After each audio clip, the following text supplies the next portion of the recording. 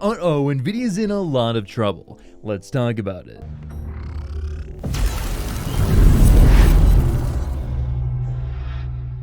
So we got a ton of new information about the 7900 XTX and 7900 XT, which will be launching very shortly here, guys. So I'm sure there's a lot of people who are really excited to hear all the new stuff I have to share about these GPUs, as they could be definitely game-changing, especially when you compare it to the vastly overpriced RTX 4080. So let's not waste any time. Let's go ahead and start off by taking a look at a couple of brand new leaked benchmarks that made their way online. And I'm going to go ahead and start off with the one that you guys should definitely take with a mountain of salt, because I can't 100% confirm this one. Now, the next set of benchmarks we'll take a look at probably do have a little bit more legitimacy behind them, but these have been making the rounds, so we have to talk about it, especially considering that it does show the 7900 XTX and 7900 XT in actually a very good light. Now, this information comes from a Hardware Times article, and if we take a look here, they got this originally from a YouTube channel, which I took a look at them, and honestly, I cannot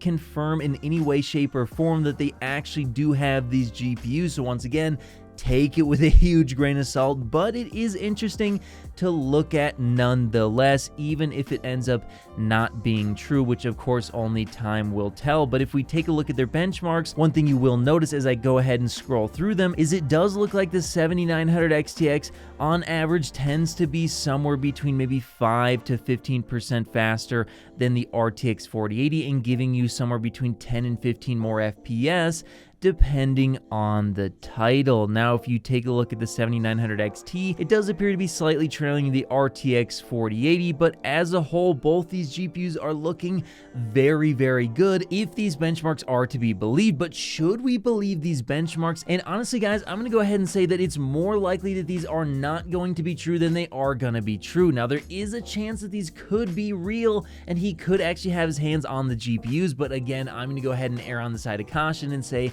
these could actually be fabricated, especially considering it's coming from such an unknown channel with no way of proving that he actually has it. But with that being said, what are the other set of benchmarks that made their way online, and what did they say about these new GPUs? Well, if we go ahead and we take a look at a videocards.com article, here we can get some more context that maybe has a little bit more legitimacy behind it.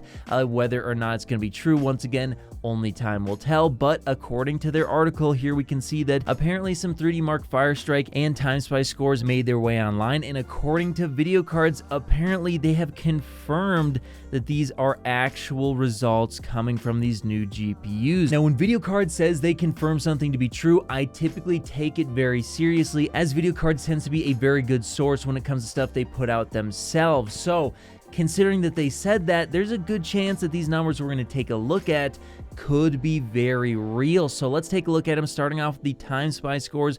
What you will notice is the 7900 XT and XTX are very, very close to each other, within just a couple of percentage points depending on the resolution, and they are actually trailing the RTX 4080, which of course can have a lot of people up in arms, because the 7900 XTX in games is expected to be faster than the RTX 4080, especially if you took a look at the slides AMD was showing during their event. So that being said, why is it falling short of the RTX 4080 in TimeSpy? Well, I have a couple of theories for this, because if this turns out to be true, which it seems like it is, well, in that case, there's a couple of things that could be happening. First of all, the RTX 4080 and the 40 series as a whole could just scale very, very well in TimeSpy simply due to the architecture, and maybe the opposite is true of the 7000 series, whereas maybe they'll do a little bit better in games. The second theory I have is that potentially this was done with maybe not final drivers, and you could be seeing higher performance out of these cards once the final drivers go live and once we see reviews, well, actually tomorrow, based on the timing that I'm going to be posting this video. So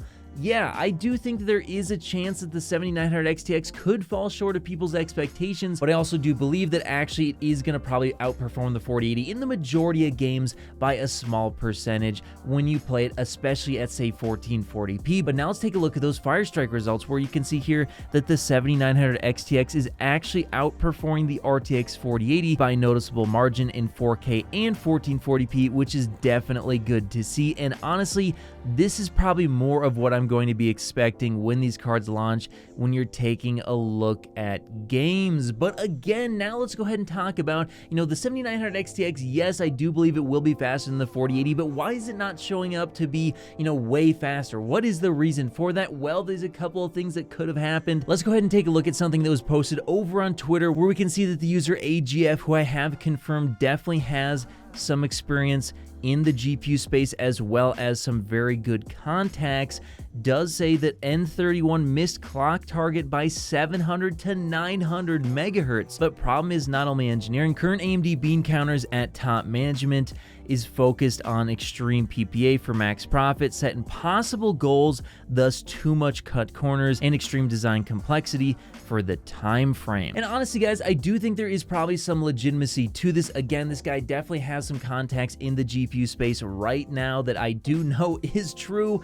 And yeah, it makes a lot of sense. I do think that AMD's original plan probably was to go ahead and try and just undercut the 4090 and give similar amounts of performance. We heard about a 15,000 shader version not too long ago. We heard about AMD designing this GPU to hit over 3 gigahertz, but the closer and closer we get to launch, it's starting to look like 3 gigahertz is probably not going to be happening. Now, maybe you can get 3 gigahertz with a decent overclock, but the question of whether or not it's actually going to scale is something that we simply don't know yet. So we'll have to wait and see whether or not you can actually do it, but it's starting to sound like AMD had some higher performance targets that they simply couldn't do with the amount of silicon that they are getting budgeted, which is definitely unfortunate to see. So that might be one of the reasons as to why the 7900 XTX didn't get named like the 7970 XT or something like that, and why it probably won't perform quite as well as people were originally hoping. But either way you look at it, it's going to be a $1,000 GPU that will be competing with the RTX 4080. Now, is it a better GPU overall? I think that is a contentious point.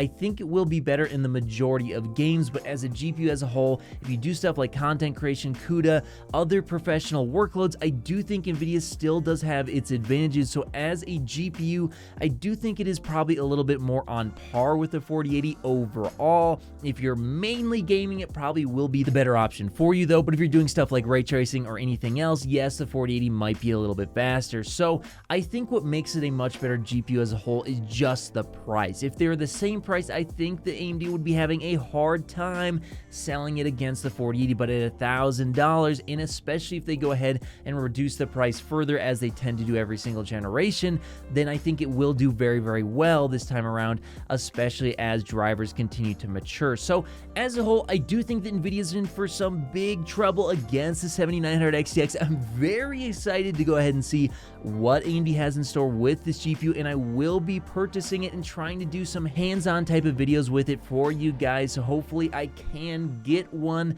on day one and try and get you guys those videos doing like overclocking, undervolting, all that crazy sort of stuff. So if you want to see that sort of stuff, definitely make sure that you're subscribed to the channel, as I will be bringing all sorts of new content to this channel very soon. Very excited to do so. But with that, guys, yes, I think Nvidia's in for a huge hard time going forward. But hey, that's just what I think. Do you think that Nvidia should be worried about AMD's new GPUs, or do you think that Nvidia's gonna do just fine? Let me know your guys' thoughts in the comments below, and of course, I'll see you in the next video. If you made it to the end of the video, be sure to drop a like. Every time you do so, AMD and Nvidia release new GPUs. Also, if you want to see more, check out one of these related videos. You won't be disappointed.